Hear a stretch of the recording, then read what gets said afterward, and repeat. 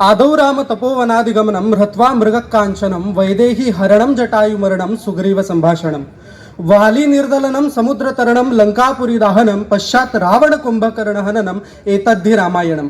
अहो, आतापर्यंत अनेक राजे होऊन गेले, अनेक महावीर, अनेक शूरवीर होऊन गेले, पण खऱ्या अर्थाने आतापर्यंत चर्चा होते कशाची?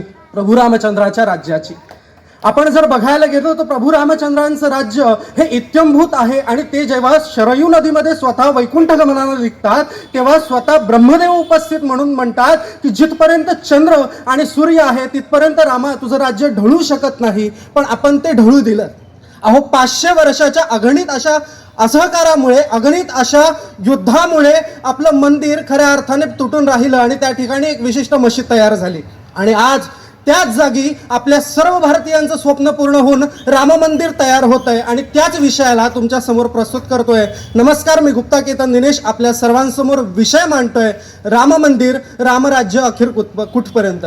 तुलसीदास स्वतःच्या दोह्यामध्ये वर्णन करतात, जैविक दैहिक भौतिक तापा रामराज ते कोई नाही व्यापा. आजच्या रामराज्याची व्याप्ती लक्षात घेताना त्यावेळेचं रामराज्य कसं असेल खऱ्या अर्थाने ते मांडावं असं मला वाटतं. की ज्या वेळेला प्रभू रामचंद्रांच्या त्यावेळेला असणाऱ्या रामराज्याची परिभाषा मी लोकांपर्यंत मांडतो तिथे दंडकही त्याच पद्धतीचं आहे. आजच्या स्थितीत जर बघायला गेलो तर लोकांकरता वेगळा न्याय होऊन जातो, पण त्याच वेळेला राजकीय दृष्ट्या वेगळा न्याय होऊन जातो. पण प्रभू रामचंद्रांच्या राज्यामध्ये नियमच असा आहे की राज्याचा असू देत किंवा बाहेरचा असू देत दंडक एकच असणार आहे. आज ती स्थिती दिसून येत नाही. ज्या ठिकाणी शबरीपासून वाल्मिकीपासून केवटपासून ते शरभंग ऋषींपर्यंत प्रभू रामचंद्र सर्वांना जाऊन नमन करतात, कुठल्याही जातीचे असले तरीही. पण त्याच ठिकाणी कितीही मोठा दशग्रंथी ब्राह्मण असणारा रावण असला तरी त्याला वध करायला मागं पुढे बघत नाही. का? चारित्र्यहीनता जी त्या काळामध्ये त्यांनी नष्ट केली, पण आज आपल्याकडे त्याला नष्ट करण्याकरता कोणत्याही पद्धतीचं राजकीय शासन उरलेलं नाही. आणि म्हणून रामराज्य ही संकल्पना फार लांबवर राहिलेली आहे. जेव्हा परिभाषा मांडत असताना त्यावेळेला असणाऱ्या लोकांची व्याप्ती ही सुद्धा आपल्याला लक्षात येण्यासारखी आहे की रामासारखा राजा सर्वांना प्राप्त व्हावा याच्याकरता सर्वांचे अथक प्रयत्न आहेत. की राम वनवासामध्ये जायला निघाले तर सर्व नगरीतल्या लोकांनी त्यांचा पाठलाग केला की रामा तुझ्याबरोबर आम्ही वनवासात राहू, पण आम्हाला तुझ्याशिवाय अयोध्या नको. अवधतः जहा राम निवासू असं म्हटलं जातं. आज कोण तयार आहे? एखाद्या पक्षाच्या नोटावरती विकलं गेलेलं मत हे कधीही रामराज्य आणू शकत नाही. परिभाषा देताना दैविक, जैहिक आणि ऐहिक या सगळ्या गोष्टी जेव्हा आपण मांडतो तेव्हा पर्यावरणाचा मुद्दा खऱ्या अर्थाने तुमच्या समोर मांडावा असं वाटतो. की त्यावेळेला समुद्र स्वतःची सीमा सोडत नव्हता अशी परिभाषा त्यावेळेला होती. त्यावेळेचं वातावरण त्या पद्धतीचं होतं. पण आज संपूर्ण विश्व ओरडतंय ग्लोबल वॉर्मिंग आणि त्याच्यामुळे समुद्र स्वतःची पातळी सोडतोय.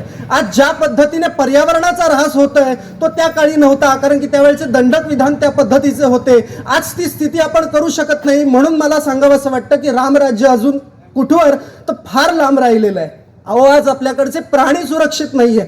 आपल्याच तालुक्याचे, आपल्याच जिल्ह्याबाहेरचे अनेक अशा घटना आपल्या लक्षात येतात की रात्री कोणीही येतो आणि गायी भरून घेऊन जातो आणि त्यांच्या सरेआम हत्या होतात, कत्तले होतात, पण त्यांना कोणच थांबवू शकत नाही. पण त्यावेळेला त्या सगळ्या गोष्टी वेगळ्या होत्या.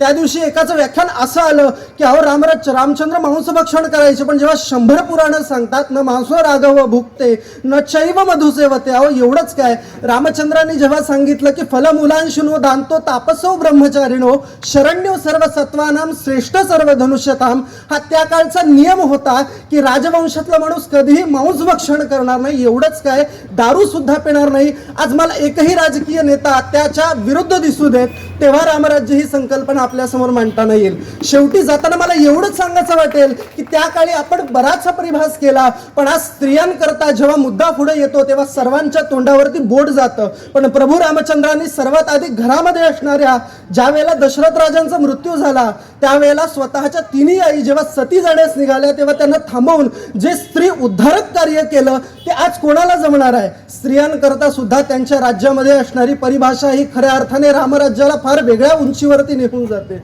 आणि म्हणून रामराज्याची नांदी खऱ्या अर्थाने राम मंदिरापासून आहे. मला आशा एवढीच आहे की राम मंदिर ज्या पद्धतीने बांधलेलं आहे त्या पद्धतीने त्याची नांदी व्हावी आणि खऱ्या अर्थाने राज्य आनंद भुवन राज्य आपल्या समोर त्याच पद्धतीने प्रतिस्थापित व्हावं, हाच एक आशावाद. शेवटी जाताना आजच्या लोकांकडनं एवढंच की अहो आम्हाला फार अपेक्षा आहेत तुमच्याकडनं, पण रामराज्य आणेपर्यंत तुम्ही आमच्या अपेक्षा भंग नको करायला, म्हणून एवढंच दिले नादान तुझे हुआ क्या है, आखिर इस दर्द की दवा क्या है, हमें तुमसे है वफा की उम्मीद, जो नहीं जानते वफा क्या है, जो नहीं जानते वफा क्या है. धन्यवाद.